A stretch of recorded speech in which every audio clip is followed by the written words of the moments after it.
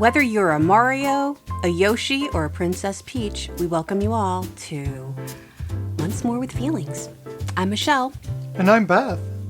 And this week we are going to be talking about one of my favorites, Scott Pilgrim versus the World. Scott Pilgrim vs. the World is 2010, directed by Edgar Wright. It's based on a graphic novel series by Brian Lee O'Malley. Mm-hmm. The film follows Scott Pilgrim, a 22-year-old slacker, bassist for the Toronto-based band Sex Bomb. Scott falls for the mysterious Ramona Flowers, but to date her, he must defeat her 7 evil exes in increasingly surreal and stylized battles. As Scott navigates these confrontations, he is forced to confront his own emotional immaturity, past relationships, and the consequences for his actions. This film is a kinetic, heartfelt journey through love, self-worth, and personal growth. Exactly. So, let's get our feelings out of the way, because I have so much about this movie that I could share. Can we do just a little bit on Edgar Wright real quick? Yes, please do. So let's just do the director thing, just so everybody understands who actually directed the film. Because Edgar Wright is amazing. First, he did one of my favorite movies, Shaun of the Dead. Followed by? In 2004. Baby Driver? No, I was going to say... Last Night in Soho? Because that's the other ones I... Well, The World's End, I thought was always like... Even though it's not a sequel to Shaun of the Dead, I always felt like it was. No, but it's so good and it's so underrated. It really is. And Hot Fuzz.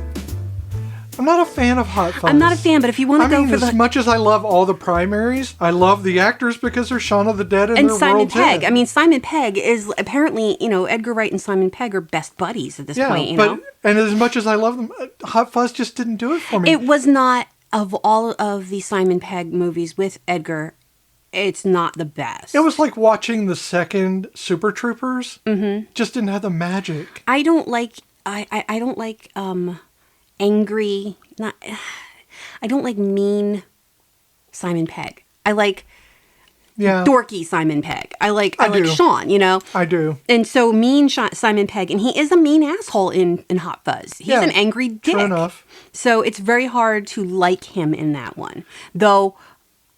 It's still a fucked up movie that I do appreciate. It is, again, not my favorite, but I will still watch it if it's on. Right. Edgar Wright, as you know, he's known for his really razor-sharp editing. Yes. So he knows how to cut things together and make them fit really nicely with each other. He is the king of the... I don't know what it's called, but like scene, like face. You like the multiple.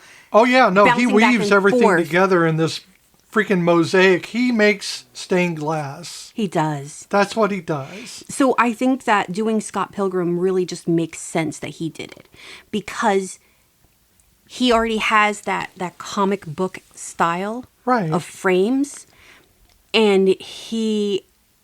And even though this is a graphic novel, it is done definitely in the comic book style. Oh, I've got so much, y'all. I've got so much. Okay. So how did you feel when you first saw this movie? I was so freaking excited to see this movie. I don't even remember seeing the trailers for it. I don't remember it. I just remember always having this movie in my life. I think we were living in this came out in 2010. Did I see this at the farmhouse? I don't remember if I saw it at the farmhouse or not. But we didn't because we didn't have cable at the farmhouse. No, we saw it at the apartment. Yep. So that was in 2012. But so I didn't even know about this movie for 2 years because again, we didn't have cable. We had nothing. We had nothing. We had a DVD player that played Bye Bye Birdie and Madagascar. And Enchanted on a loop, because that was what our youngest was really into. Right. We watched what our youngest wanted to watch. We did. And whatever we could stream on YouTube. Right. So it wasn't until we moved to the apartment and we moved out of state that I saw it and my mind was blown. I was like, this is the greatest fucking movie ever. And then I found out it was a graphic novel. So needless to say, my sorry behind needed to read every one of them. So I read every one of the graphic novels. I had to take her pen away from her because she I was keep intent on fidgeting. clicking I'm it. sorry. I knew she was going to at some point, so I took it from her for her own safety. Yes. And for mine and the cat's. Yes, I have ADD and I need to play with something at all times. She's a fidget. It's It's lucky I don't click our clicker all the time. So yes, I read every one of those graphic novels. And now it's been a while. I had to refresh myself on a few points. Right. But obviously. You don't have autobiographical memory. No. So you don't have that ability. So yes, I was excited about it. I loved it. It is never not going to be a great movie. I have to say, I'm excited to do this with you right now because I know how much you love this film. And it actually makes me excited. So my feelings on this film, when you wanted to watch it, I was like, eh. Mm-hmm. I didn't really care that much. I got about 3/4 of the way through it, and I'm like, okay, I think I love this film. And I don't like that I love this film. And I couldn't place my finger on what it was that was bothering me, on why I didn't want to love this film. Mm-hmm. And we're going to get into that as we go through it. Yeah. But I did end up having a deep, not a really excited, like I wasn't like excited and impassioned to watch this movie. Yeah. But I had a deep admiration for the music. The music.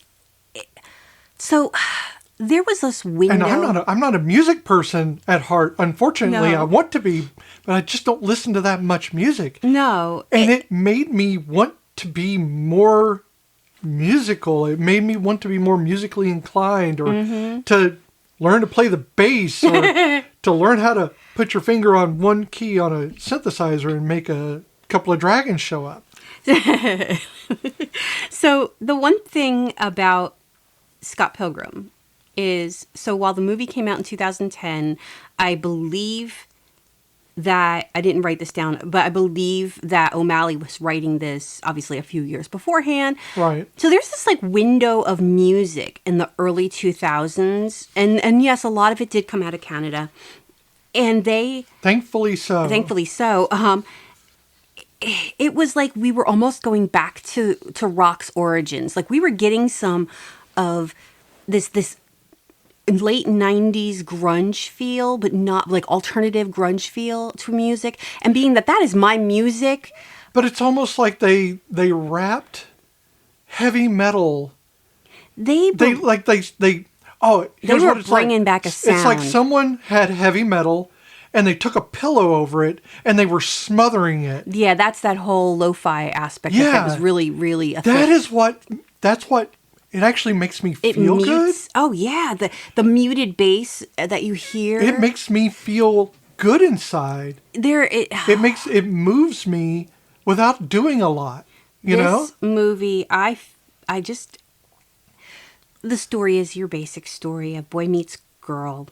Girl has an interdimensional wormhole. Yes, and see, and that's another thing about this story.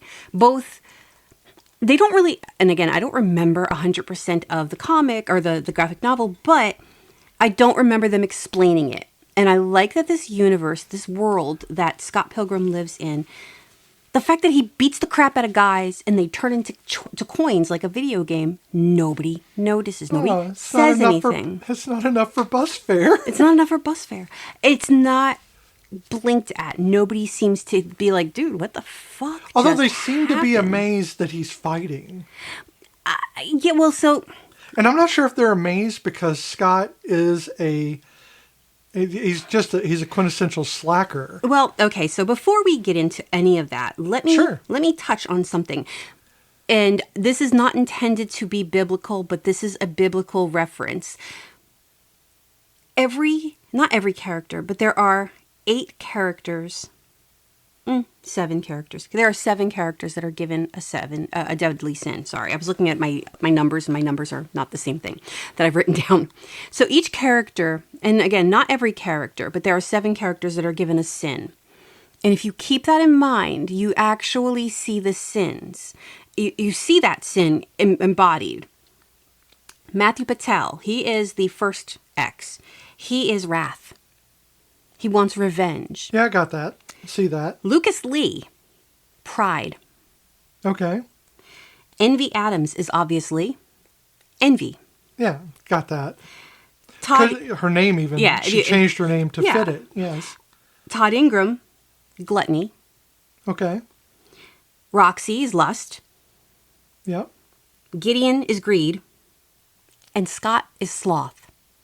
So knowing that Scott is sloth, it explains why nobody expects anything from him other than what he is.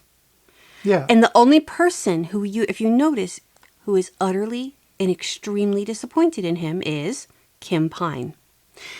And the reason, okay, y'all, this could be a long episode. I'm going to try, but I'm going to go on Okay, rants. so let's do it this way. If this becomes a 2-parter, I will cut it so that we don't go well into 2 hours. Yes. And at an hour and a half, like our normal program, and I will publish the second part the next week. So we'll still release these consecutively, and then we'll do our next one after this. Okay. And we have a movie picked out for the next movie. But if this is going to be a 2-parter, I'm fine with that. This is your movie. I'm here to see your vision. I'm going to be supporting you with my own observations and my own feelings. But this is your movie. Yes. And I don't want to cut it short. You held with me on Knight's Tale. And I like Knight's Tale too. I know, but you held with me on that. Yes. Because I kept going on it. Oh. Because I wanted to keep expounding There's because so there's so much. much to see. And that there's so much information. And somehow I managed to put it all on one page, but that's because most of it's living in my head. Right. So let's just not worry about that. Okay. You talk. I'll edit this as I can, and we will fit it into 2 episodes, and if we need to, and move it to next week as well. Don't worry, dear listeners. We will have the next movie right after that, and we will have a 2-parter if this happens. Okay. So here's the thing. I'm not going to go scene by scene in my explanation, but I'm going to delve into characters, and I want to delve into a lot of the trivia and a lot of the outside influences of this movie. Obviously, video games, huge influence in this movie. So sure. They actually wrote a letter to the creators of The Legend of Zelda, and that's why they were able to use Zelda music throughout the whole entire thing. They got full permission. And they were, so Brian O'Malley is inspired by a song by Plumtree, a Canadian girl band. And the song is called Scott Pilgrim.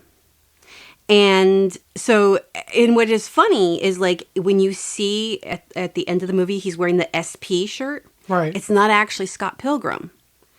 That is actually, that is the Scott Pilgrim shirt. When he's wearing the Zero shirt is Smashing Pumpkins.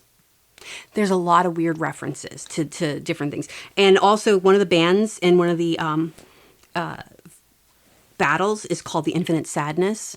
Right. And that is a reference to Smashing Pumpkins' Melancholy and The Infinite Sadness. So it's kind of an homage to the sounds of the time. Yeah, and Scott is a huge, apparently, he's a huge Smashing Pumpkins fan. The 7 Evil X's came about because Brian Lee O'Malley, his wife, before she dated him, had dated 7 guys named Matt. And so he thought that was funny, the 7 Matts. And that's why Matthew Patel had kept his name as Matthew. Oh, nice.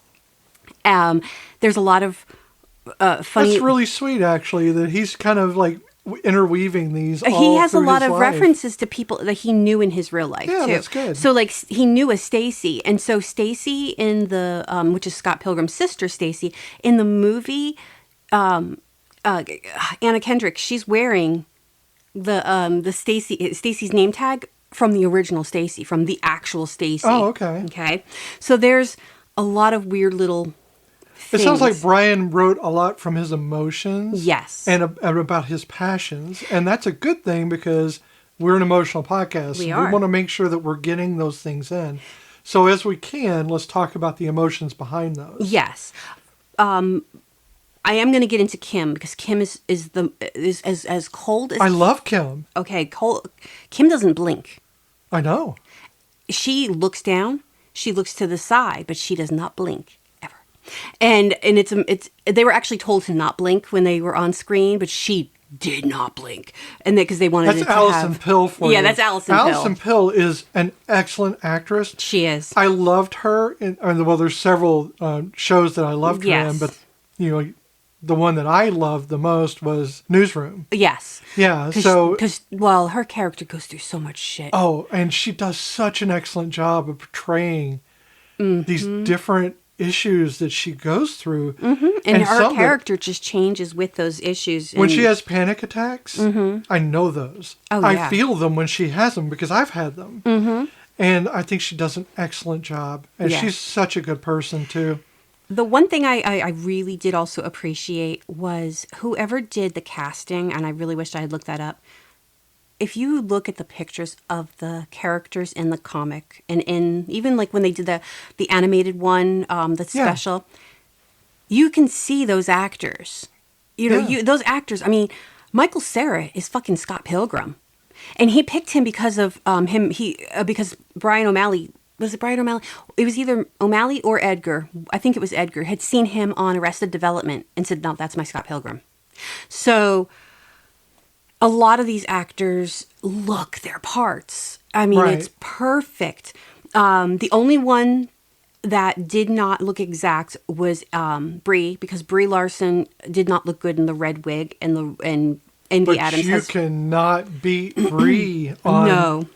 Brie. I mean, she's able to sing the music. So is Metric, awesome. the band Metric wrote that song, and there are two versions of that song. Oh, yeah. The one that was sung by the lead singer from Metric, and then the one with Brie Larson. And the testing, just that one was the better. Everybody seemed to respond to that version better.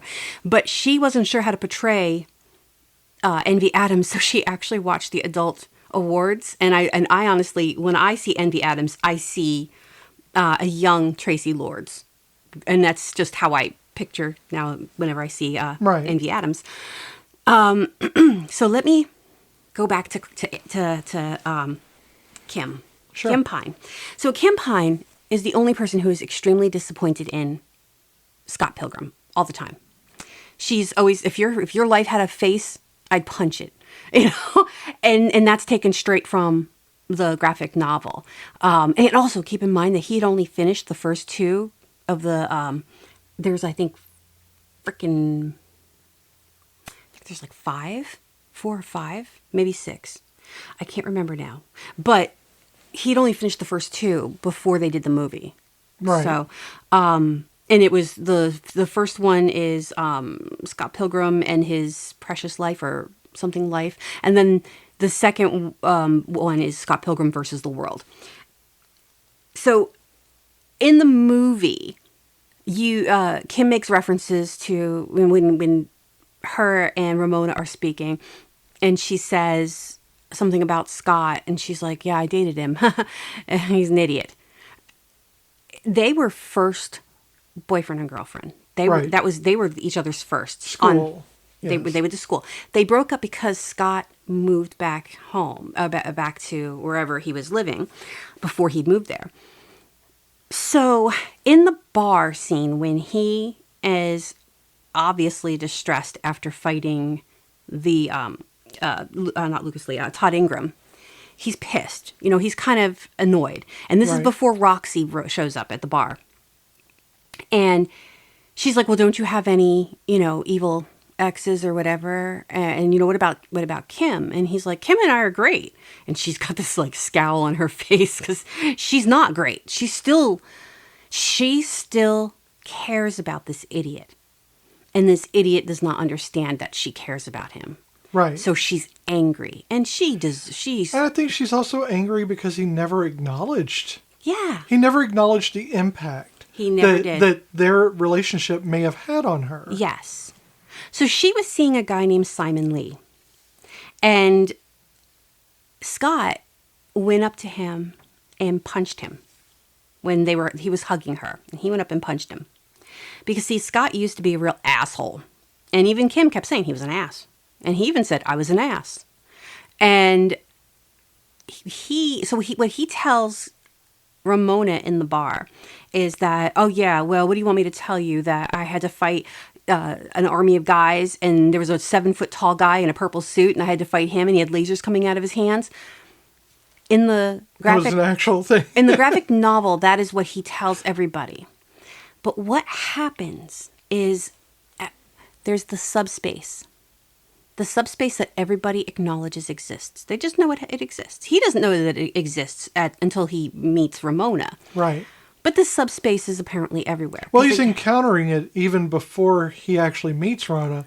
Ramona. I don't know why I couldn't say that. But he thinks it's just daydreaming or dreaming. Yes. And so at one point in the graphic novel, he's hiding in the subspace, spying on Gideon. Gideon knows he's there, and he implants memories. So what Scott remembers, is that he did fight a guy in a purple suit who was 7 feet tall with lasers coming out of his hands, and he did hit him so hard that he saw the curvature of the earth. But that's not what happened. But that's what he remembers happening because of Gideon implanting those memories. And the fact that it's such a throwaway, sarcastic line in the movie is great. I freaking love it.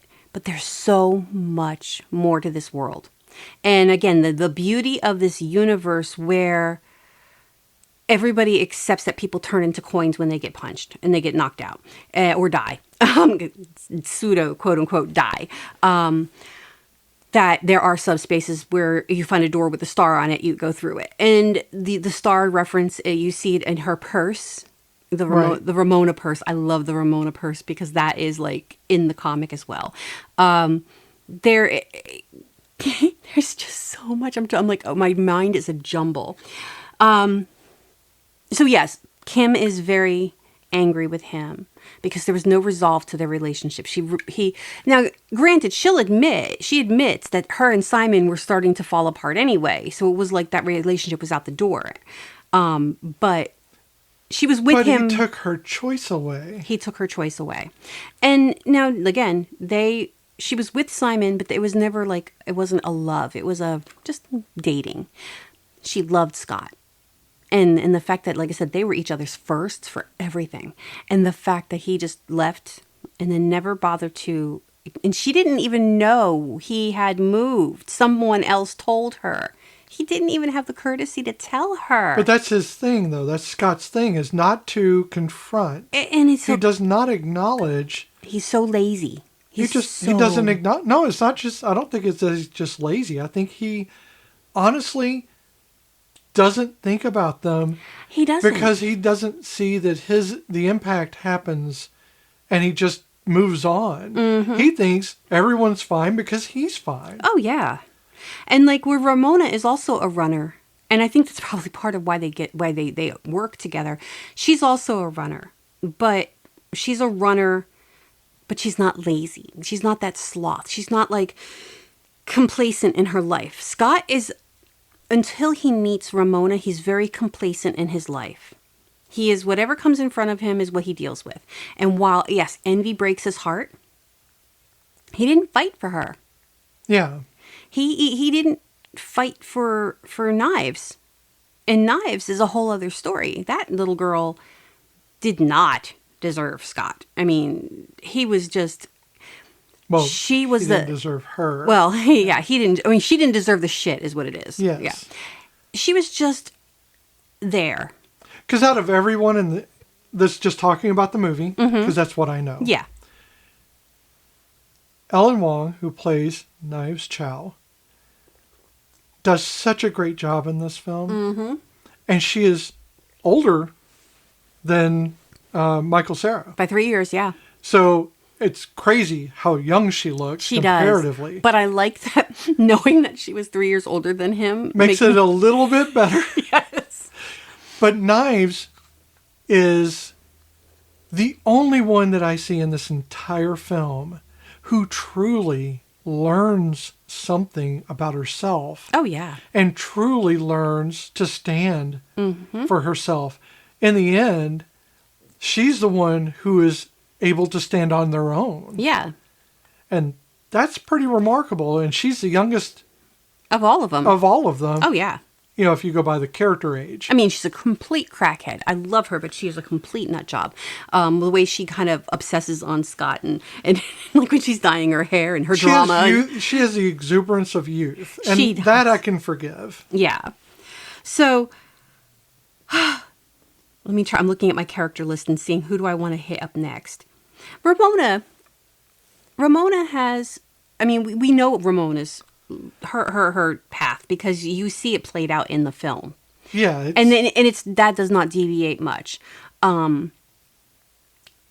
Spoiler alert, her and Scott don't necessarily stay together. They're on again, off again, on again, off again throughout the graphic novels. And rightly so. I mean, honestly, the on again is the ridiculous part. But there's times where she walks away from him, but then she goes back to him. And then he walks away from her. Not as easily, but there's a lot with their relationship. And it's weird. It's weird. Ramona has a cat too, and the cat's name is Gideon. Go figure. So I don't know a lot about all of the characters' backgrounds, but Gideon, the way the movie ends is great, but that is not 100% how that story arc ends in the graphic novel. He has a machine and he is collecting his own 7 exes, and he has his ex-girlfriends in these little like stasis pods of sort, and he wants Ramona to complete his collection. That's part of the microchip on the back of her neck. It's the control. Right. So there's a lot about if you want to go deeper into like the feminist side of that movie, where you've got Gideon who is wanting to control her and his exes. You've got all of the exes who really don't address Ramona, and they're like, hey, how's it going? And things like that. But they don't really address her in any type of a healthy way. Right. She is an object. She is a prize. And Scott's really not much better with that. He talks to her, yeah. But why is he fighting? I mean, yeah, he says he loves her, but they just really met. So why is he fighting this fight? And you don't really get It just that. seems like what it is that this is the neurotypical section of the book here. They fight, they fall in love because that is how it's scripted.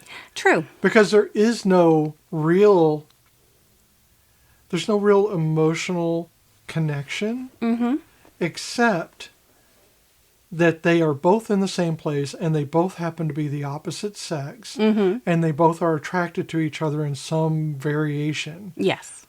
So therefore, they must couple. They must be together, and it's just assumed that that's what's going to happen. Now, given that Ramona is at least bi. We know that she's bi in some way. Yes. Bi-curious is what she said.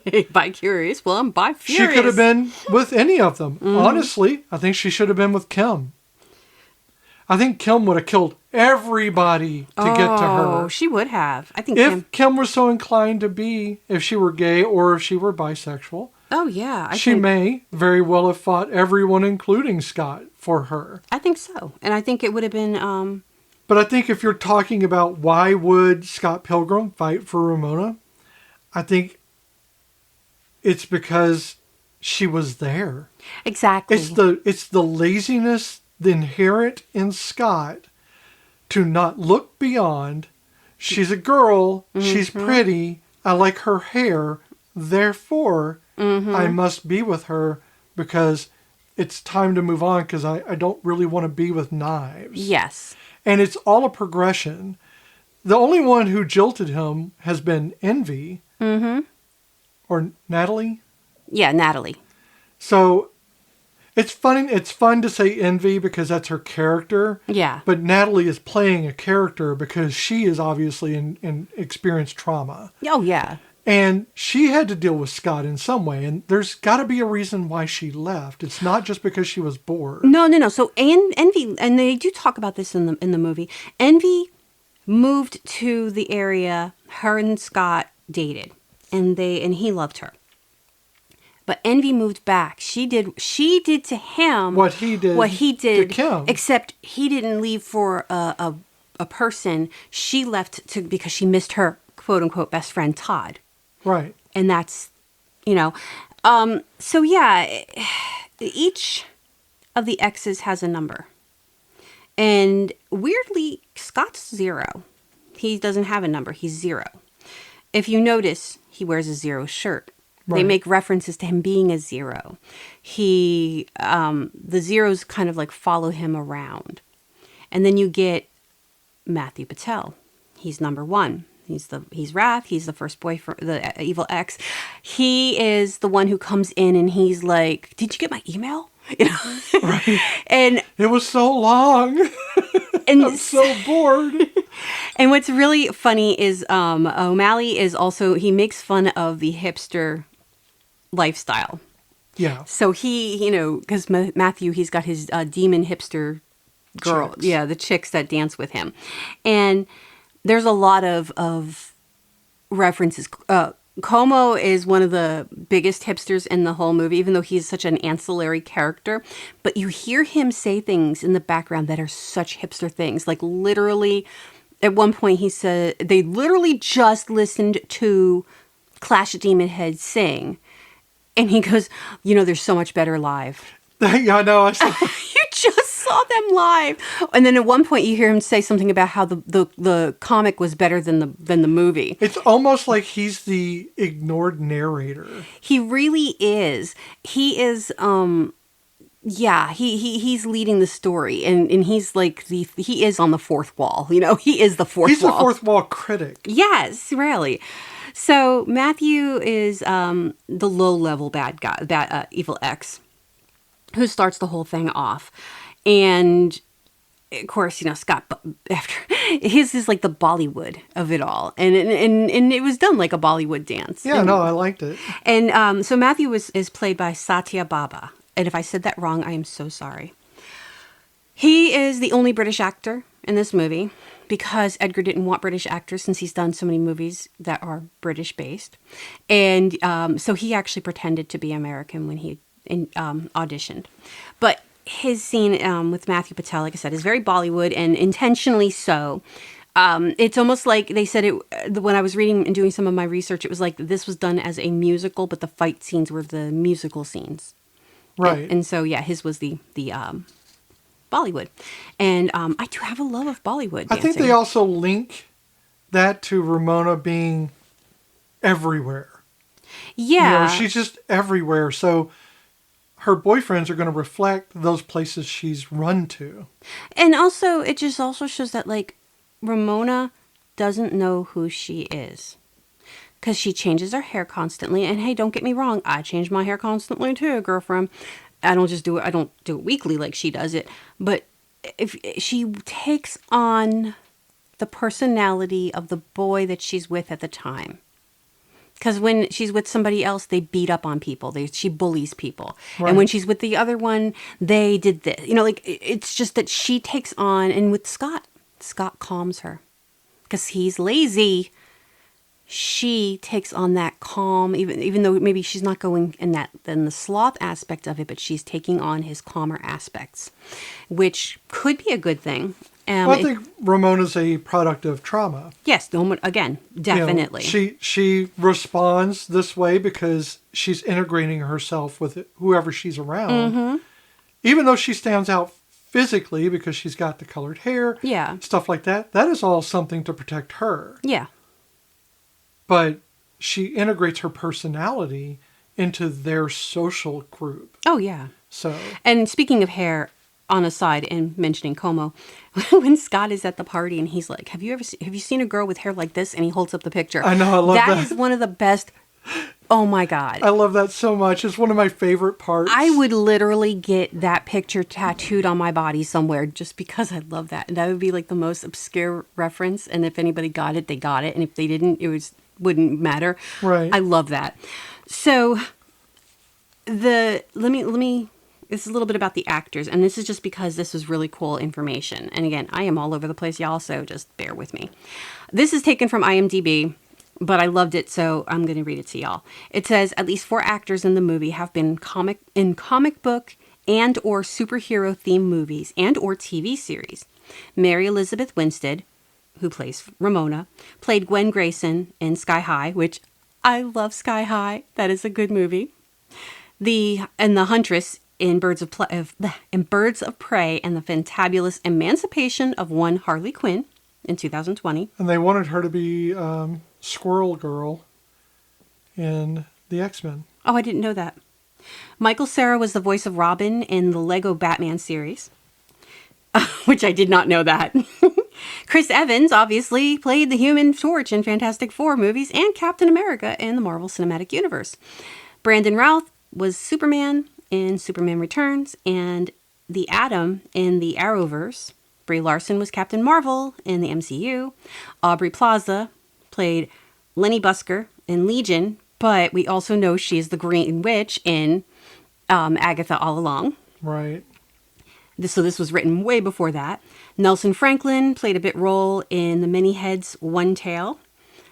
And Captain Marvel, sorry. And Mae Whitman is the voice of Batgirl, Wonder Girl, and Stephanie Brown in DC's Superhero Girls. Thomas Jane played the title role in The Punisher. But back a little bit of Mae Whitman. Mae Whitman is also the voice of Katara in Avatar. In the animated Avatar movie. Or Okay. cartoons, sorry. But yeah, she's Katara. Okay. You hear it. You can, when you watch it, you're like, oh my God, I know her voice. And then you're like, oh my God, it's Mae Whitman. I love, oh my God, why can't I think of the whole name of the show though? It's Avatar. Which one? The cartoon.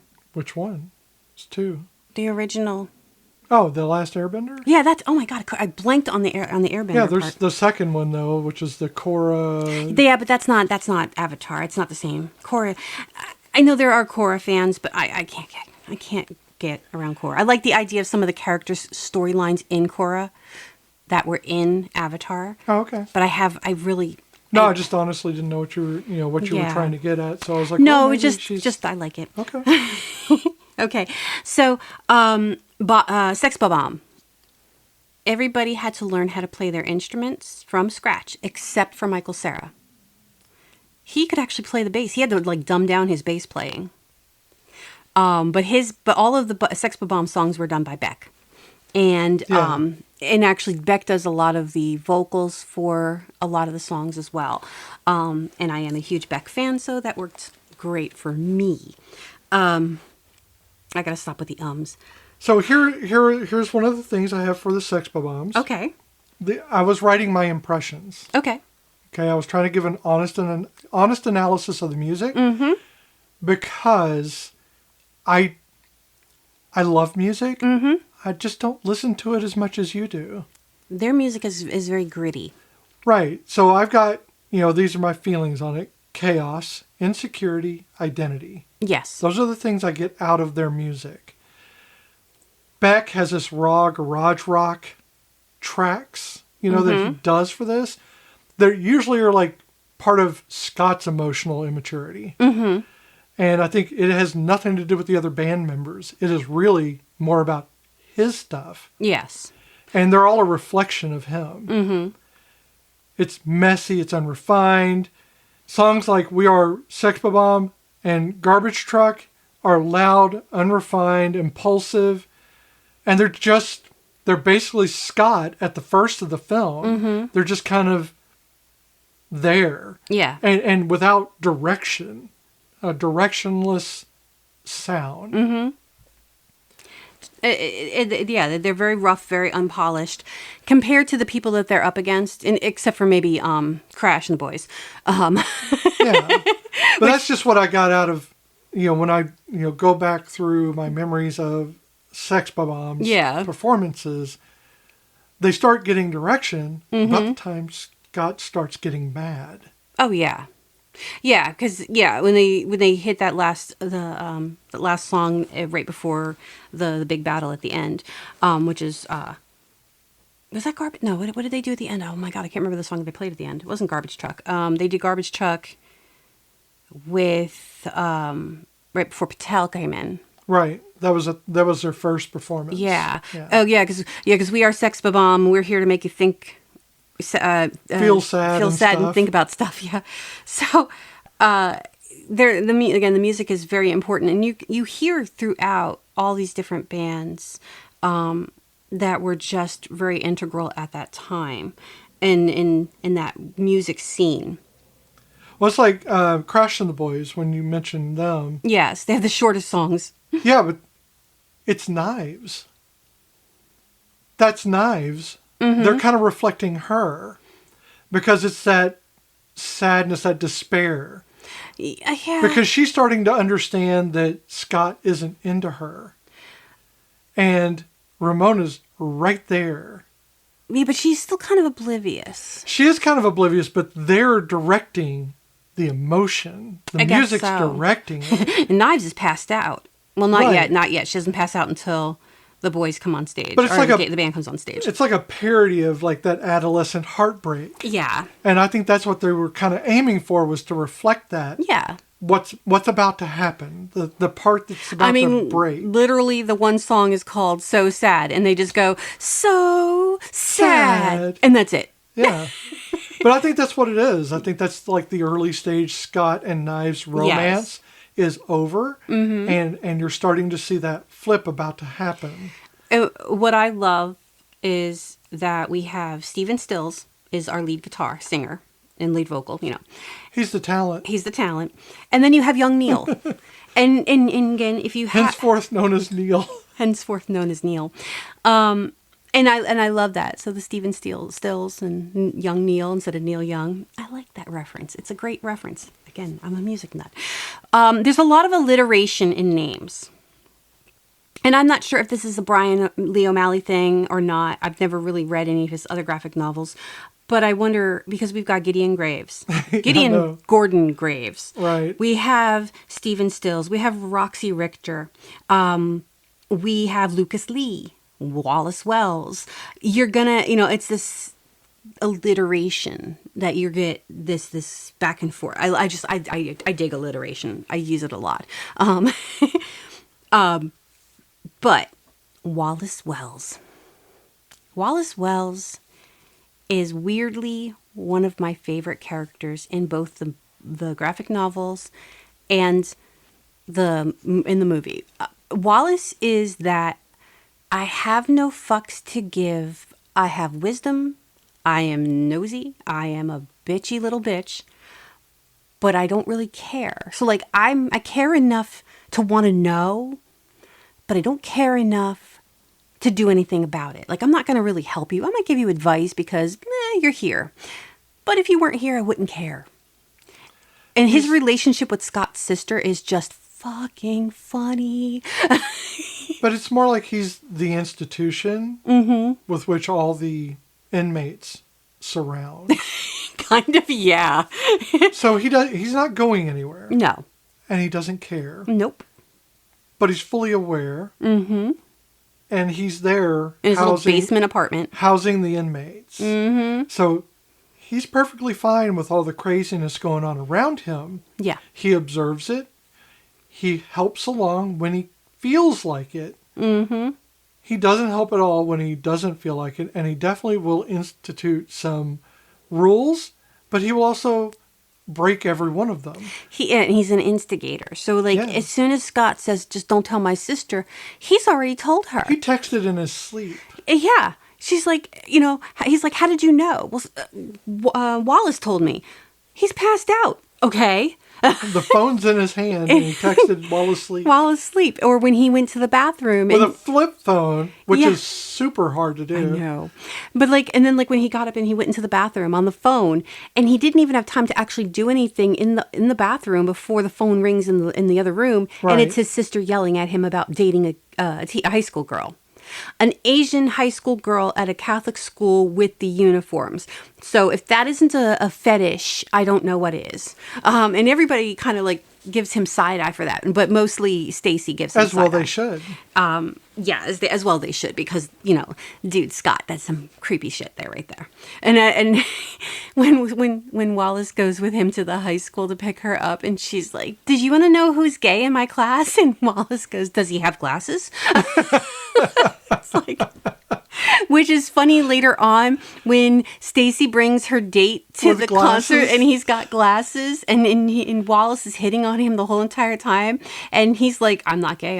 You know, he's just protesting, but he's not actually saying those words. And then next thing you know, he's making out with Wallace, and Stacy's like, Wallace, not again. So this is a history of him stealing her boyfriends. And so, yeah, Wallace is, I freaking love him, but he is the voice of wisdom, even when he's an instigator. I love how in the first fight, he's like, fight. And then when they get to Lucas Lee, he's like, fight. Yeah. Yeah. Because he's like, okay, I've already been here. I don't care now.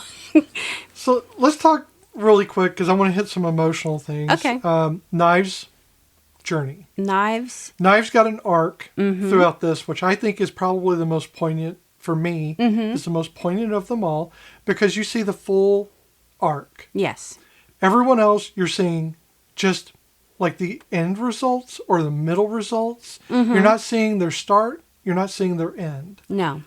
With Knives, however, you get to see her first love. Yep.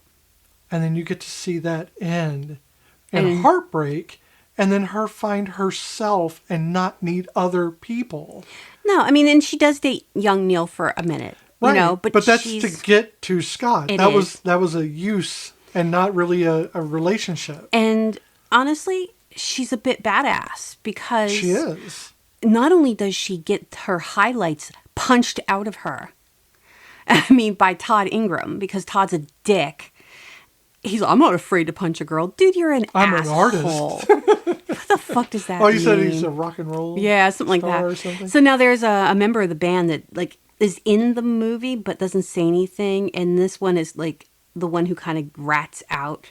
And it's the person with the glasses. It's the drummer. Right. You see them in the movie. They don't have a speaking line, but if I remember correctly, they're the one who actually rats Todd out to the... And gets him to eat the gelato. Oh, okay. Nice. Yeah. To the vegan police. Because he's insufferable? Yes. Because he is. But yeah, so Knives is very innocent, and you can see she's very content to just spend time with Scott, doing the same things day in and day out, going to Goodwill. Well, because she's young. She's a kid, yeah. Because once she does grow up and get her maturity and stuff, she's going to grow past Scott. Oh, yeah. Right now, sure, she's the perfect age, but that's the same age that Legos are good. You know, at some point, and I'm not saying you can't play with Legos as an adult, but what I'm saying is you get to do these things at a certain age because you have the time. You don't have the responsibility. And right now, Knives has no responsibility, and Scott doesn't have any. Yeah, exactly. Scott chooses to ignore his responsibilities. Knives just doesn't have them yet. You get to see her pain and her heartbreak, and then the resilience afterwards. All is this one big encompassing thing. And honestly, I think within the entire story, she's the one that has the hero's journey. She really does. And I think that she gets to be that baseline for what everyone should have been looking at. Yeah. And they should have been aiming for what Knives was going through. And I think some people saw that. Yeah. And I think it's just important. Ramona actually saw it. Right. And it's not anything that they had the strength to do. Despite the fact they were all badass, they didn't have the strength to do what Knives was able to do. Yeah. Which is to say goodbye. Oh, yeah. At the very end, definitely. She was able to, and she said, you fought for her all this time. Go to her, and he felt bad for that half a minute, but she's like, no, go, because she didn't need him anymore. Yeah, she's fine. She didn't even go there to fight Gideon. She went there to fight Ramona, and it wasn't until, because, unfortunately, I feel like that is a young, immature thing, but it happens a lot, is we blame the other woman and not the man. Or the other person. Or the other person, and not the person who's actually doing the cheating. We blame the person that they cheated with. And I never understood that. I grew up watching, those TV shows. It's because you want to fight for the thing that you think you want. But if you wanted that thing so badly, you should have been able to see that from the start, that they weren't going to be the person you needed them to be. Or why would you fight for somebody who obviously doesn't give a shit enough? Yeah, true. So why fight that person? Be pissed because you don't know. Did they know about you? If they knew about you, yeah, then they're assholes too. But still, they're not my main focus. It would be the person who did the deed. So yeah, she does go after Ramona. But when he tells her, we need to fight him, when he has a second life and he comes back. Well, he admits. Yeah. He says, I cheated on both of you. I'm the bad guy. Yes. And he does admit that because he has self-awareness at that point. Right. So Scott does have some growth, which kind of goes right out the window when he manages to not fight Nega Scott. He just shoots the shit with him, quote unquote, shoots the shit, and they decide to have brunch the next day. I actually think that's just him coming to terms with himself. True. I think that's him acknowledging his weaknesses. Doesn't mean he's perfect. Doesn't mean that he's going to avoid doing that. It just means now he's self-aware. There's a difference between being this oblivious narcissist and being very aware of your failures and your failings, and that gives you the chance to work on them later. And that could be the case where, Nega Scott is all of his failures and his negativity and the bad things about him. So having a relationship with that, he's doing shadow work, guys. He's doing shadow work. Right. But he purged himself of that. I think that's kind of what that means. True. And they're going to go shoot the shit and have some brunch, at the Waffle House or whatever the hell they're going to go. Because I don't know where there's Tim Hortons, because they're in they're in Canada. So, which I'm really envious about. So there you go. And now let's see. We have Aubrey Plaza, who is Julie Powers. Julie, I think one of the greatest things they ever did with Julie was they kept her censored. Right. And I love that when he's like, what's happening with your mouth? They acknowledge that it's being censored. And she's like, don't pay attention what the fuck is going on with my mouth, and it's censoring. Bleep. And now they had to bleep Envy when she tells, because to keep it as a PG movie, they had to do that with her line when she says the F word, because Scott tells Todd that he's a cocky cock. So because of that, they wanted to keep that line in there, so they had to bleep out her fuck. They had so many, and that was their limit. And like I said, all the other fucks were. But it works because she's talking to her at the time, so it's almost like an area effect. Yeah. Oh my God, it's an AOE of Julie Powers. So Julie Powers is a bitch on wheels. Don't get me wrong, but she is quite a powerful. She's Jiminy Cricket. I don't know, because she just. I think she's a Jiminy Cricket. I think she's she cuts through all of the bullshit, tells you directly that you're a fucking asshole. She does not like Scott. She hates Scott. But I think but Scott shouldn't like Scott. Well, she's friends with Envy, and you could tell. Well, I'm not friends with Envy. Envy does not care. She is devoted to Envy. Exactly. She thinks she's friends with Envy. Envy doesn't give a shit about her. And Julie does not want him to date Ramona in the beginning.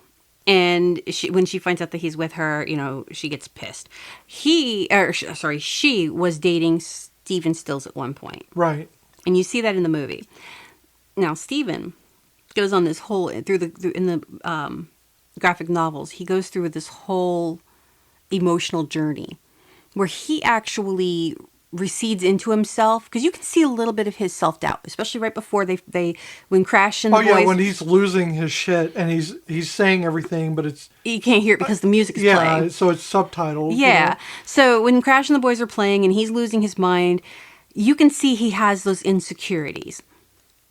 They grow. And as the graphic novel goes on, he ends up living with, I think, another guy.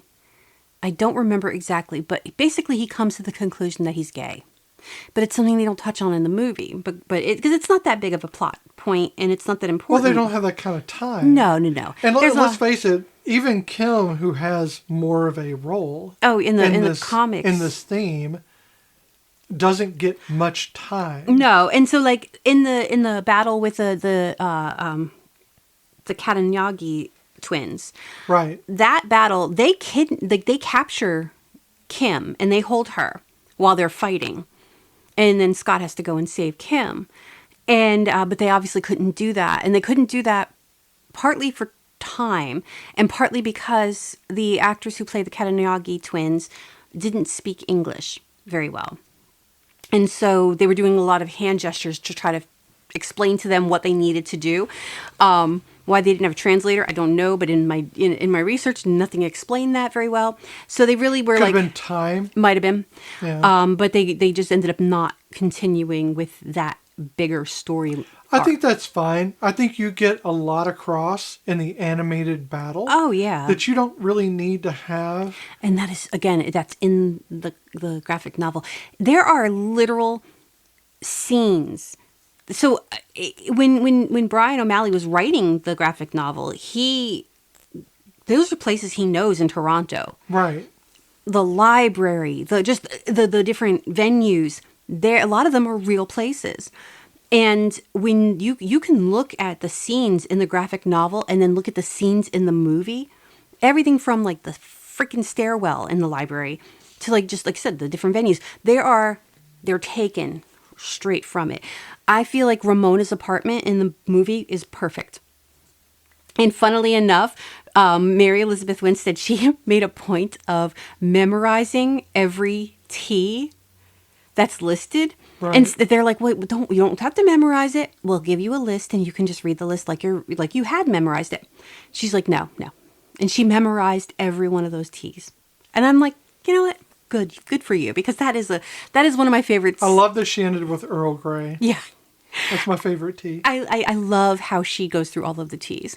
And consequently, it's actually the only actual tea that she listed. No, she did. Those are all teas, but some of them are Celestial Seasons names, so they have weird names. No, I'm saying they're not actually tea. Tea has to have tea in it. It has to be tea leaves. All of those are not teas. Those are herbal teas, which are not actually tea. Oh, okay. That's why I'm saying that the only actual tea that she mentioned is the Earl Grey. Now, that's a very snobbish thing. Yes. I'm just saying, technically, that was the only tea Pinkies mentioned. up, guys. And Earl Grey is wonderful. It tastes like perfume. I just don't like perfumes. Not like that. So, let's see. Roxy Richter. Roxy, my girl. She angry. But she's justifiably angry because she realized that she was an experiment.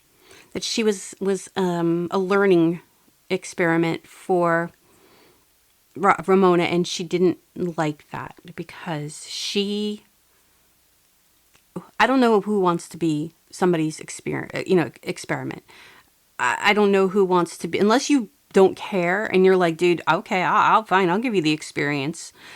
Nobody wants that unless that's something that they don't care about.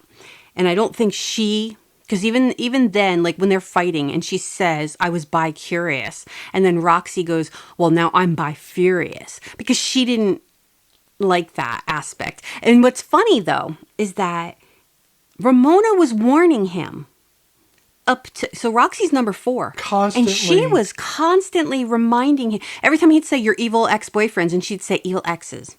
Right. And he wasn't getting it Nope. until Roxy appeared. And now Roxy appears earlier in the alleyway, and he punches upward, and "You punched me in the boob." I'm like, damn. Roxy, I love her outfit. I love everything about Roxy. The thing about Roxy is she is the only one of the exes, the evil exes, who has a legitimate beef. Oh, yeah. And she's also the one that's not fighting Scott. No, she's fighting Ramona. She's mad at Ramona. She's not mad at Scott. Scott's just in the way of her getting back at Ramona. Because she's part of the League. And Yeah. so because she's part of the League of 7 Evil Right. Exes, she has to fight him. But she's mad at Ramona. She's mad at Ramona. She's angry at her because she is hurt. And And she did not. It's Knives and Scott again is the same kind of thing, except this is what would happen if they never had that catharsis of the end where Scott admits he was wrong and says he's sorry and means it. Roxy never got that. Nope. No, she All didn't. she did was get someone leaving and not explaining anything. And of course, she was easy to recruit from by Gideon. Oh, yeah. And I love her. I love her belt. That belt whip is brilliant. I want to use that on a D&D character in some way, shape, or form. I don't It's even. not a whip, but yes, I get what you're saying. Yeah, but something like that. And again, she is. She has some of the greater lines. She's like telling him to fight your own battles, and Ramona's holding his hands to fight because he's like, "I can't punch a girl," and Ramona's like, I'm gonna make you punch a girl," Right. And this is funny because he can't punch a girl, and it was right after Todd punched Knives, so that gives you a little bit more of not so much respect for him, but A separation of the characters. separation. Yes. So I skipped Lucas Lee. I was trying to do them in order, but I did skip Lucas Lee. Lucas Lee, Chris Evans, uses his own, the bodyguards, or not the bodyguards, but the body doubles are actually Chris Evans' body doubles that he has used in the past. And that's what's great about that scene with all the body doubles. Right. He is a very arrogant actor. And they go to watch him play, to film a movie in Toronto, in an area that apparently is very popular place in Toronto. What's funny is that he's beating up Scott, and Scott's still wanting his autograph. Yeah, and then at the end, like after he blows up into a bunch of coins, he's like, "Oh, I didn't get his autograph." I love Wallace is like, "I want to have his adopted babies." When he says, "Oh, well, that's fine," he's going to help Scott up, and then he punches him. Yeah. Scott goes, "You are a good actor." Yeah. He's like, "I'm up for an Oscar."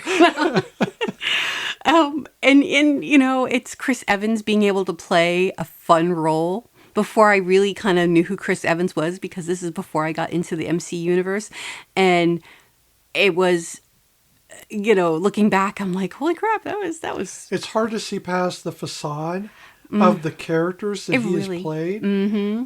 But he's done many movies. Knives Out. Mm-hmm. That's one we need to watch together. I think you'll like that. It's good. He plays different characters, and it's startling. Oh, God, because yeah. you keep expecting Captain America. America, and Captain America's not there. That's a character. Oh, yeah. It is as hard to get away from as watching John Krasinski Play anybody play but Jim. anything but Jim in The Office. Yep. So I understand that.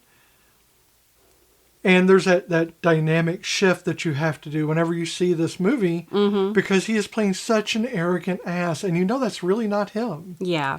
Even in the movie that we saw that was What's Your Number with Brie Castellini, Yes. which we'll mention her at the end here,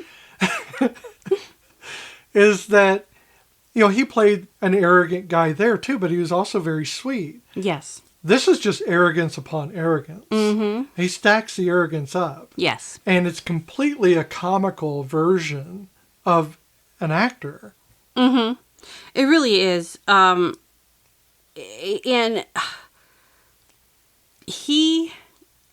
Lucas Lee is just not a good person. So I can understand why she left him. He is a dick. But he's an evil ex. And he's also the one that was defeated by his own arrogance, because that's why he's pride. Yeah, by his own arrogance. He was not defeated by fisticuffs or anything else. He actually defeated himself. Because Patel was Patel's sword? Oh my God, how did he defeat Patel? How do I not remember this? He did the symbol. The symbol. Okay, symbol. Sorry. My brain went blank on that. So he threw the symbol, and that's how Patel turned into coins, like you do in a video game. And then Lucas Lee, his pride got him, and he did a grind down this long and twisted staircase. Which I'm sure is very famous. Probably is. In Toronto. Again, don't know because I never got to go. And he crashes, and it looks like he's miles away when he crashes. And then he turns into a bunch of coins, and that's when Scott goes, "Oh, I didn't get his autograph." And then there is, Envy kind of sneaks in there a little bit. But then there's Todd. And Todd is gluttony. He is a super vegan. He has... Super arrogant. Punches the highlights out of knives. And Scott headbutts him.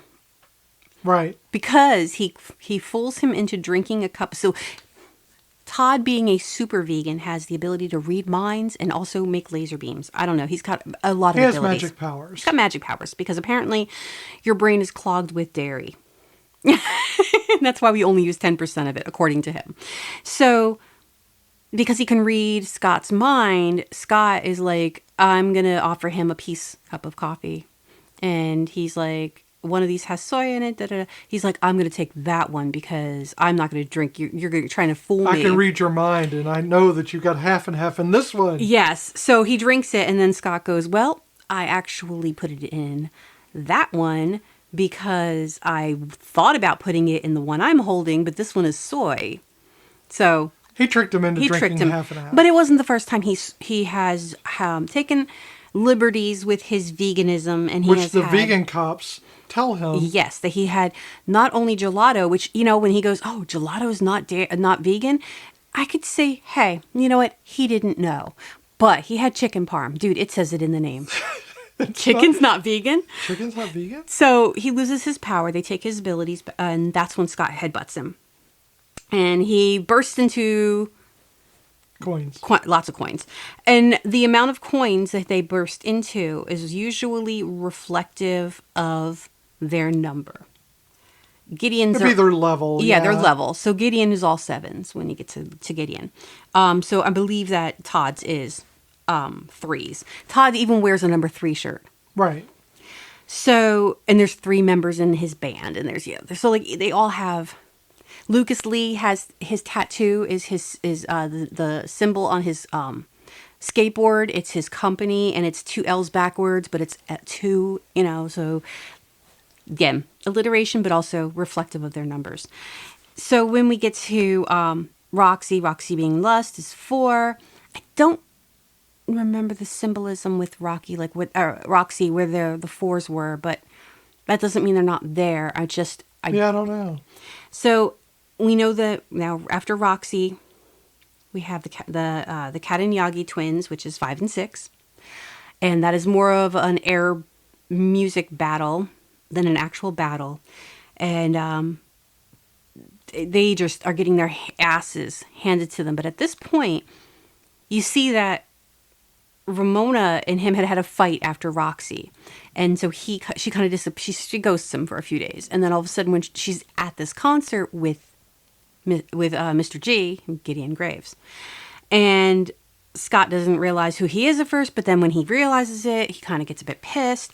So Scott sees Gideon with Ramona, and they just bust out all of their moves because, again, they're fighting the Katanyagi twins, and it's amp versus amp. And they did not know that. They're like, oh, who goes first? Are we going after them? No, they're going at the same time. Amp to amp. Amp versus amp. Yep.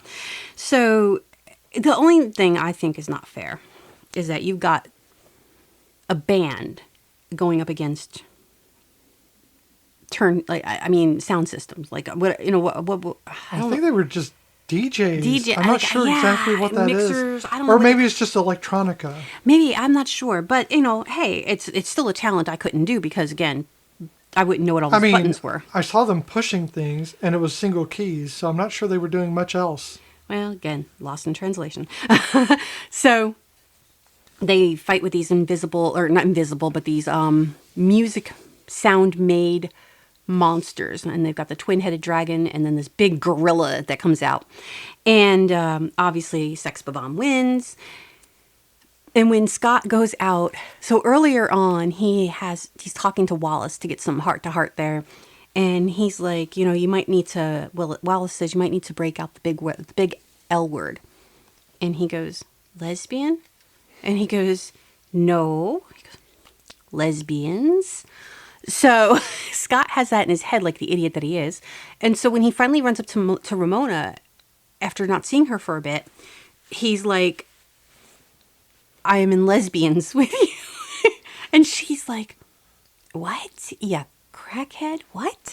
So that's when she's like, we have to break up. And that she's going to go back with Gideon. And he realizes he said lesbians instead of love. And Gideon, the devious motherfucker that he is like happy-go-lucky. He's like, I love the sex bombs. And they're like, ba-bomb. And he is, he's going to sign them immediately and not even worried about the competition. He's just going to sign them. And Scott's like, I can't do it. And they're not going to be able to do it without me. And of course, young Neil, he's like, I can do it. So, young Neil takes over as Scott's place and they sign with Gideon. And Scott's like, okay, well, now I'm lost. I have no band. I have no girlfriend. What do I do? He needed that. He needed to hit that rock bottom. Right. Before he could start to climb his way up. So Gideon Graves is an egomaniac. He's a New Yorker. No offense to New Yorkers. I come from a long line of them. But that is where, but then again, so is Ramona. She's from New York as well. Gideon is basically a music mogul of sorts. He has clubs and he produces, bands. So, he's got that following. It's when Scott says to Ramona, would you want to come see my band? And she's like, oh, you have a band. Because in her mind, she knew. She put two and two together. The control is still there for Gideon. Well, that and like, she knew that, well, Gideon's going to find me. Because if I'm involved in anybody in the music industry, he's going to be able to find me in a heartbeat. So, and he did. And he has this control over her. And when they're in the subspace later on, she points out and she's like, I don't know. It's like he can control my mind. And he's like, oh, okay. And she turns around and she goes, no, like literally he can control my mind. And she has a microchip in the back of her head. Right. And it's a little bit of a nod to, like I was saying earlier, Gideon has in the graphic novels, he has these pods for his ex-girlfriends, and he was keeping them all in this stasis so he could date them whenever he wants. Because Gideon's a piece of shit. He's a control freak. If you notice, what did he do to Sex Bob-omb? He put them in suits, and what is Kim wearing? She's wearing a little French maid costume. Right, and he positioned them as a house band, as sorts. Kind of like like you would put a piece of art somewhere to show them that you own it. Yeah, pretty much, yeah. Not that you care about it, you just that you own it. And he's up on his little pedestal, his pyramid pedestal. And so there's a lot of sevens with Gideon. He has the seven, when he dies, it's always like 7,000 coins or 7 million coins or whatever. There's always a seven with him. He has there's just Ben Schwartzman, right? Did I say his name right? Yeah. Yep. No. Jason. Jason. I was thinking of Ben Schwartz. Yeah. But it's not Jason Schwartzman. Yeah. Sorry, guys. And I love him. I love him in the fact that, again, he was the guy who in Parks and Rec who owned the he had the movies. Right. And he didn't want to change his movie, his rental place, but then he ends up like embracing the whole porn thing later on. Right. He is one of the characters in Moonlight Kingdom. Yep. He does a lot of what's his face? Wes Anderson movies. Yeah. Oh my God, I'm blanking. I'm fading fast. My knowledge and my brain is petering out. So yeah, he's another one of those very, very broad stroke actors that I appreciate. But Gideon is devious, and his control over Ramona is quite disturbing, to say the least. And he, I don't know, Jason Schwartzman does a great job. And like I said, when you look at the comic book and you look at the actors, just the casting was perfect. Just beautiful. Scott's confrontation with Envy. I think that merits some discussion. Envy is Scott's ex-girlfriend, and she's an evil ex, but not because he dumped her. She's just kind of, I think, mad at him for not being better? I don't know. I mean, she dumps him for Todd. But so why is she so mad at Scott? Because I think... Is it because she made the wrong decision? Either she made the wrong decision, or she is one of those people that, I dumped you, now I don't want to see you do better than me. I think she has regrets. Maybe. I think when we're saying the clash at Demon Head, she feels she made a deal with, her worst demons in order to attain the level that she has. So I think that she has regrets. And I think you see it at the end when Todd is defeated. And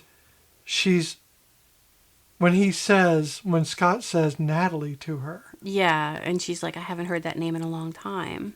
I think you get a sense right there that she is actually pretty vulnerable. Yeah. And that she's been wearing this coat of evil in order to insulate herself from everything, because she does have regrets. Yeah. Of how she got to where she is and what she's doing while she's there. She is kind of that person that went to the crossroads, got exactly what she wanted, and didn't want it anymore. Yep. No, I think you're right on that one. And I think that's kind of where that boils down, is she's kind of hoping Scott will win. But then Scott will choose her, but he doesn't. Also, I think I think she realizes that she's lost her grasp on him. So there's a control. She makes him feel poorly about his haircut. Yeah. To the point where every time his hair is mentioned, that damn toque appears on his head. And so when she realizes that she does not have that ability, that might be when she's like, oh, wow, maybe again, she is envy, literally. So she's envious of what other people have. So even if it's lack of control, that's something she's envious of. She doesn't have the control over Scott anymore that she had once had. Yeah. No, I agree. So the clash at Demon Head, when they do that performance, it's all like very sleek, very commanding. It's all very polished and emotionally detached. Oh, yes. This is all it's a show, literally. It is a demon's presentation.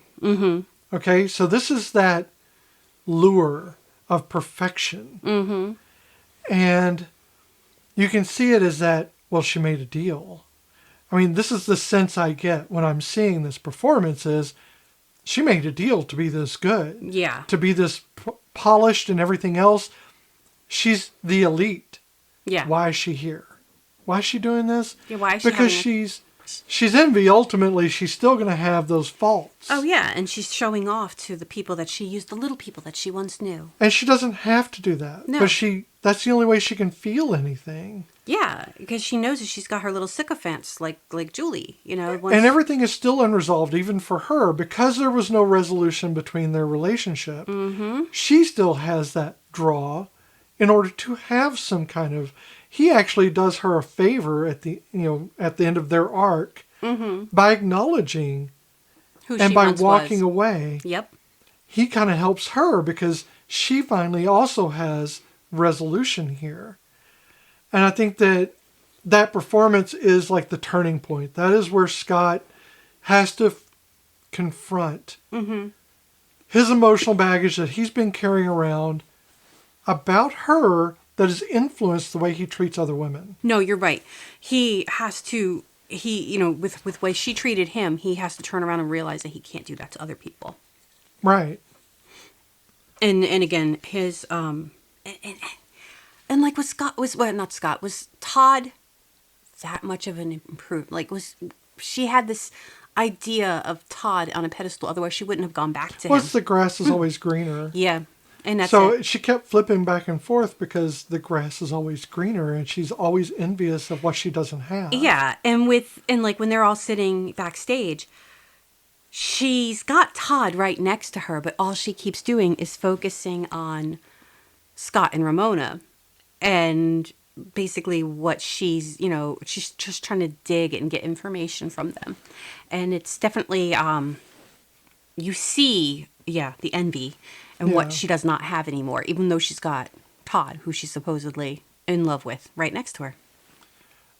And let's talk about Ramona real quick. Yeah. Because this is a large part of this movie is all about Ramona. Mm-hmm. And it's about what everyone mistakes about Ramona is thinking that she's very cool. And she's not cool. She's emotionally detached. And she's aloof because she is so emotionally detached. Right. So there is this point where she's protecting herself emotionally, but she's also trying to protect others. Mm-hmm. In this weird way of just not dealing with the things and keep running from it. Yes. And in that way, she's very much like Scott, in which she just ignores the thing and runs from it, but she's self-aware of it. Yes. Where Scott's really oblivious. Yeah, no, he's oblivious. Unless someone points it out, he doesn't even see it. Yeah.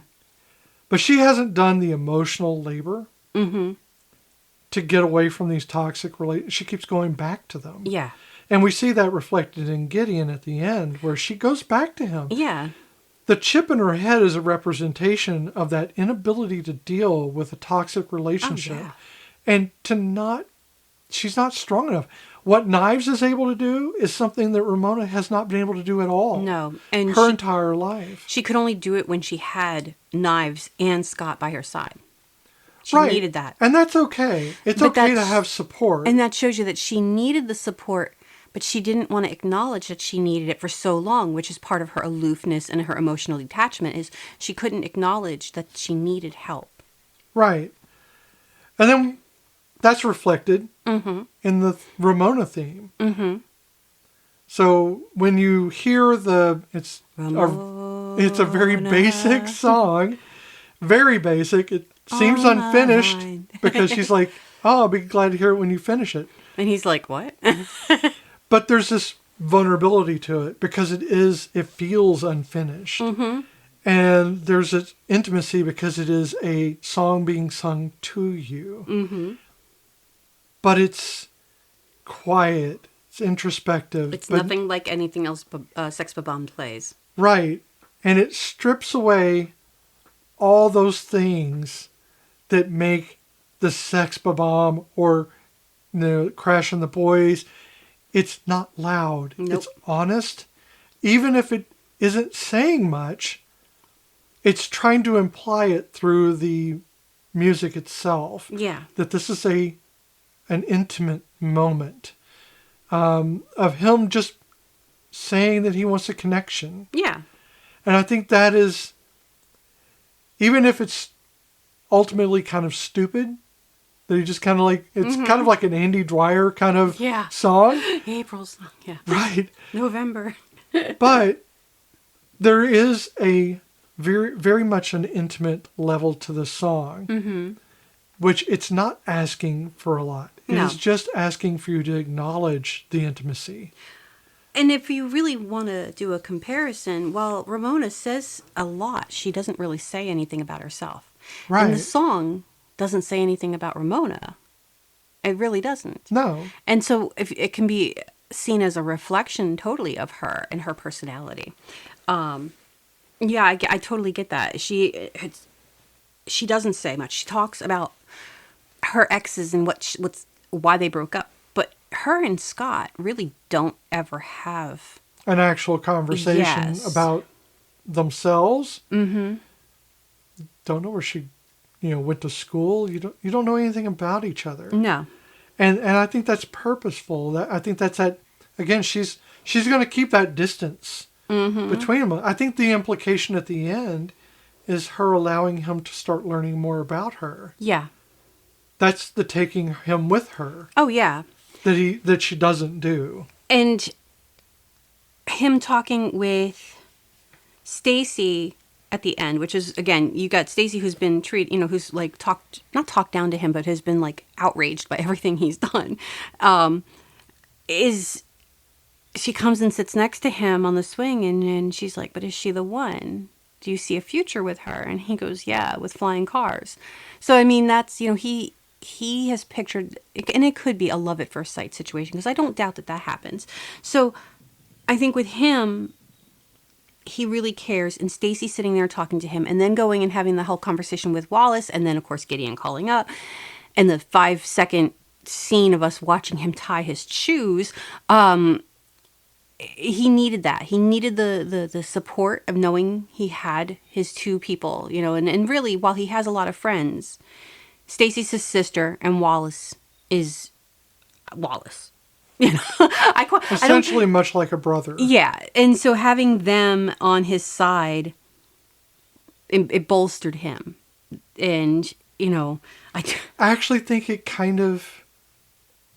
I think it kind of hobbled him. Well, I don't think he would have gone. Even with Gideon calling him and taunting him, I don't think he would have gone.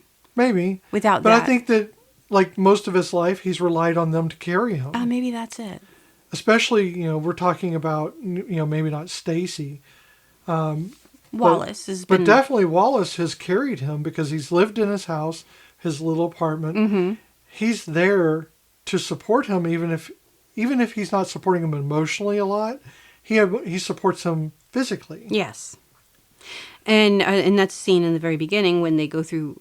They label everything in the apartment, and that's Scott's is the coat and maybe the basketball. It's all Wallace's. Everything is Wallace's.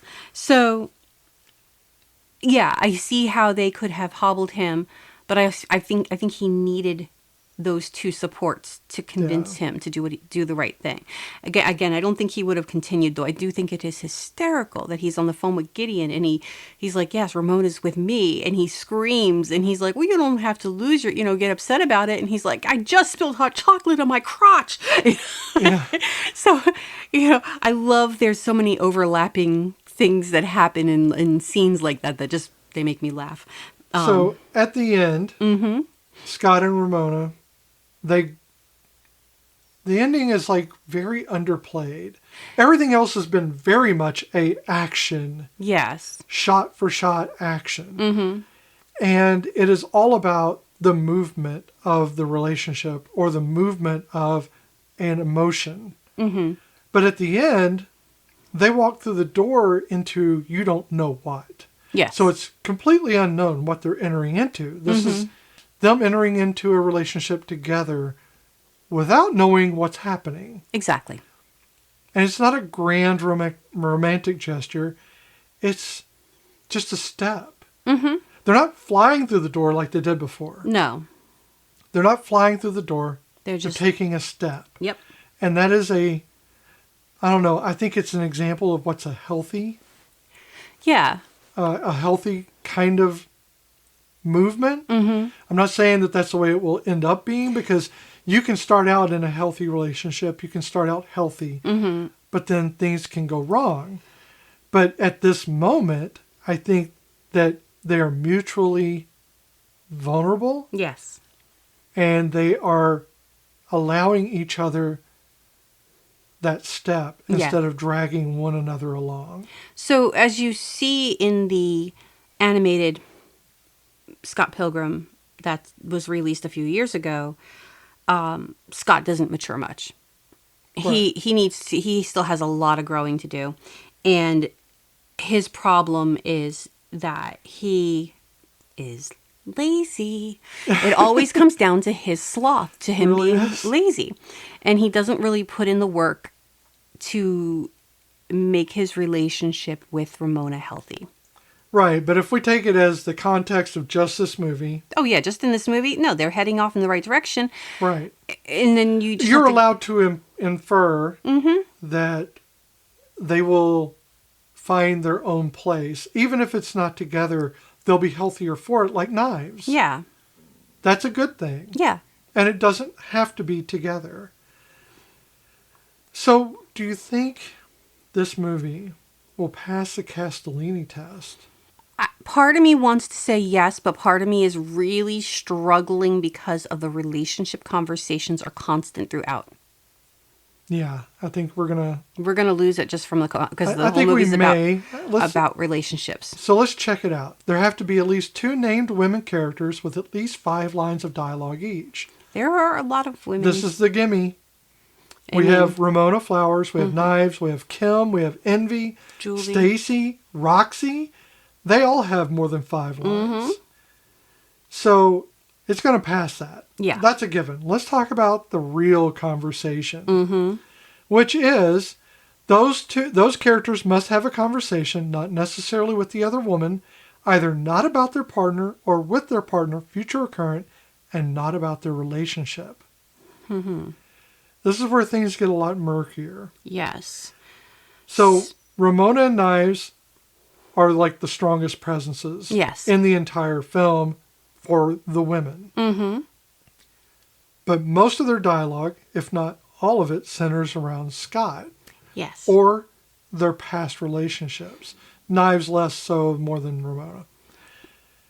There are moments where Kim is having, banter about the band, not necessarily about the relationship, but it's very limited.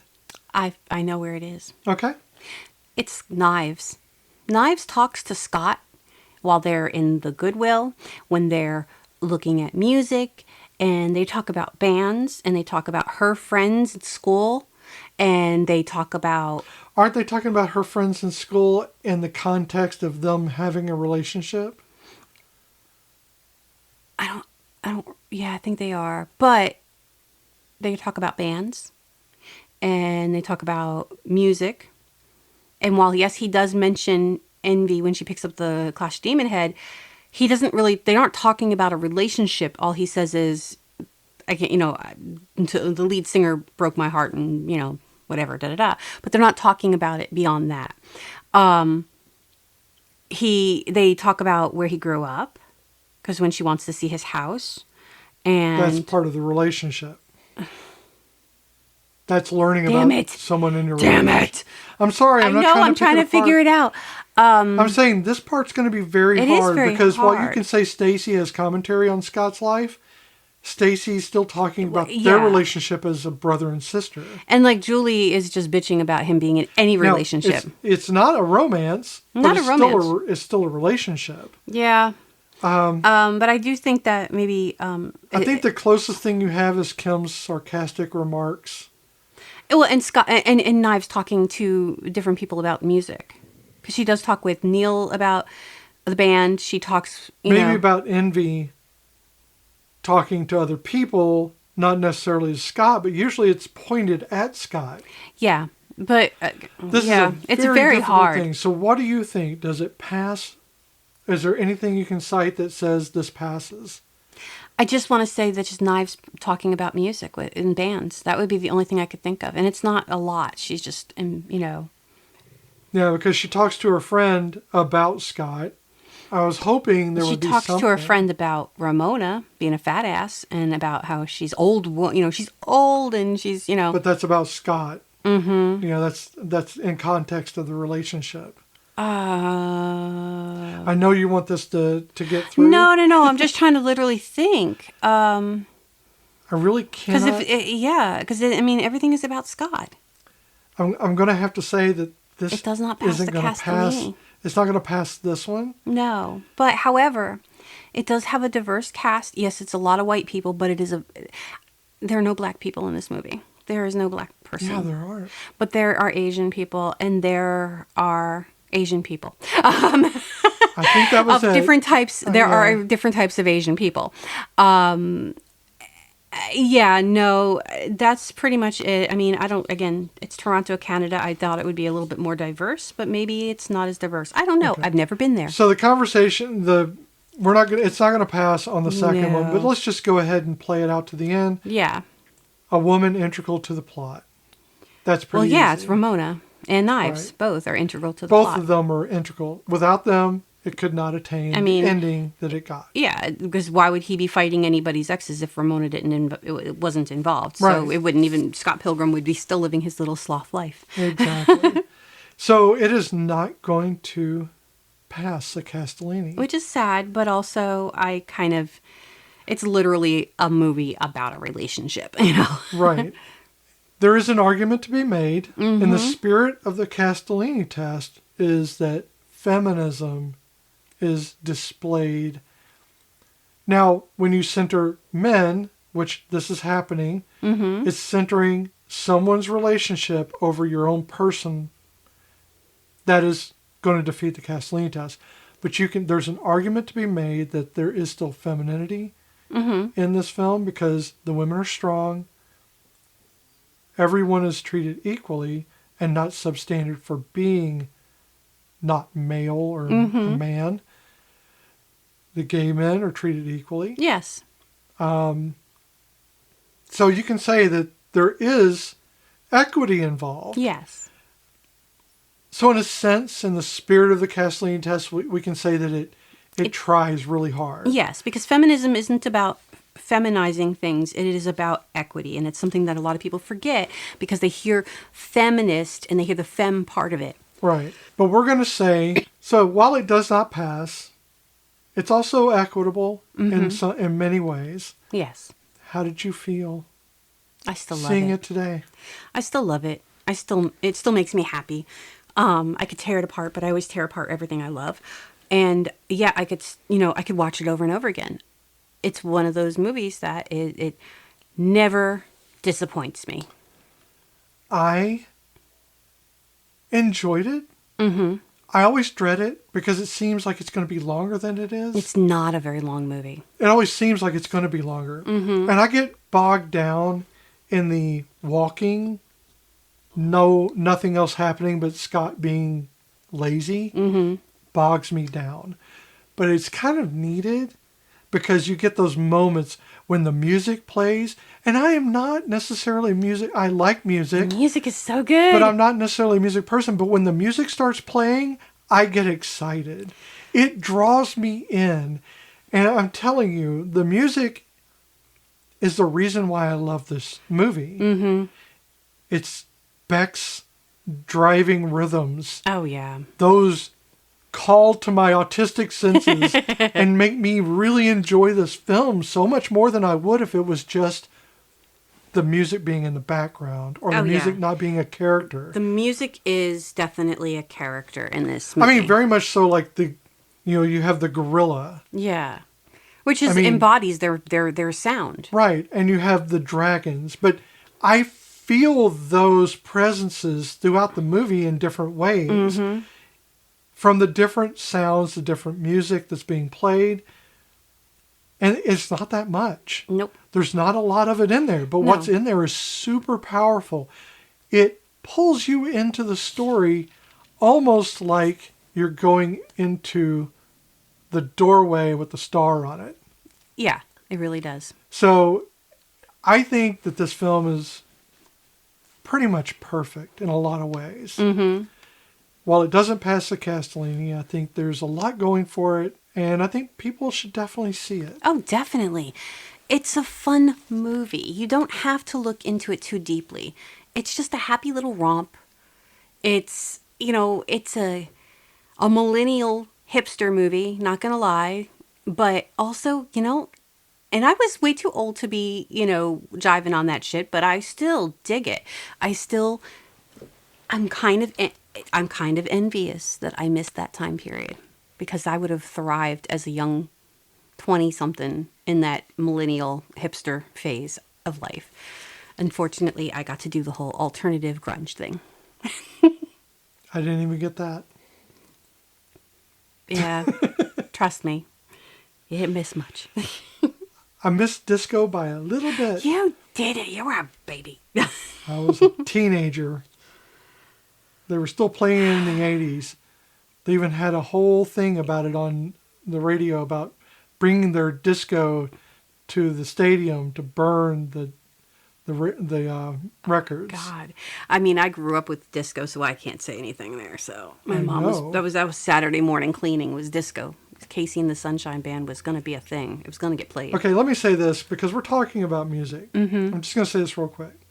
I hated disco Mm-hmm. because of the influence of people telling me I should hate disco. Oh yeah. But before people hated disco, I loved disco. Mm-hmm. And then after, when I could make up my own mind on things, I loved disco again. I secretly hated disco. When people would mention it, I'd be like, oh yeah. But no, I've always loved it. Because again, that's my childhood. That was what I grew up listening to. Gloria Gaynor, I Will Survive. I mean, that's just the shit. Boogie Shoes. Gotta freaking, what is it? Wild Cherry. Play That Funky Music, White Boy. How could you not love that? Right. Super Freak. Less Chic. Okay. So if you would like to watch this movie, it is on Max, YouTube, YouTube TV, Hulu, Google Play, Sling TV, Apple TV, Amazon Prime, and Fandango at Home. Some of them are on their streaming services, and some of them are available to rent at between $3.79 and $3.99. Now, next week's episode. Dun, dun, dun. Here are your 2 clues. This movie had a gender-bended version that starred Patrick Dempsey. Kind of obscure, but... And this is also obscure, but it was really hard to find some good clues. But both female leads played the mother of another actress in this film in 2 other movies. Oh, that's a good one. Yes. I like that. Well done. I like that one. Thank you for sharing this emotional subspace highway journey with us. This has been Once More with Feelings with Beth and Michelle. You can find us wherever you listen to podcasts. Be sure to follow us on Instagram and Blue Sky at OMWFPod. Visit our page at oncemorewithfeelings.podbean.com or send us an email at omwfpod@gmail.com. Take a moment to subscribe and rate us on iTunes. Subscribe and rate us on YouTube as well, or wherever you listen to our podcast. We are Sex Bomb. And we're here to make you feel sad and stuff. There you go. No breakup is painless. Somebody always gets hurt. What about you and that girl Knives? Who broke up with who? I believe I broke up with her. And was she cool with that? Knives is with young Neil now. She's totally cool with it. You sure about that? Yeah, she's very mature for her age. We had a very healthy breakup. We're all peaches and gravy. What about you and Kim? And Kim? I can barely remember. It was high school. She had freckles. That's it? Yeah, it kind of ended. You changed. That's really the whole story. Okay, fine. I had to fight a guy to be with her, okay? I fought a crazy 80-foot-tall, purple-suited dude, and I had to fight 96 guys to get him. He was flying and shooting lightning bolts from his eyes, okay? And I kicked him so hard that he saw the curvature of the earth. Does that make you feel any better? Well, now you are being a total ass. Welcome to the club.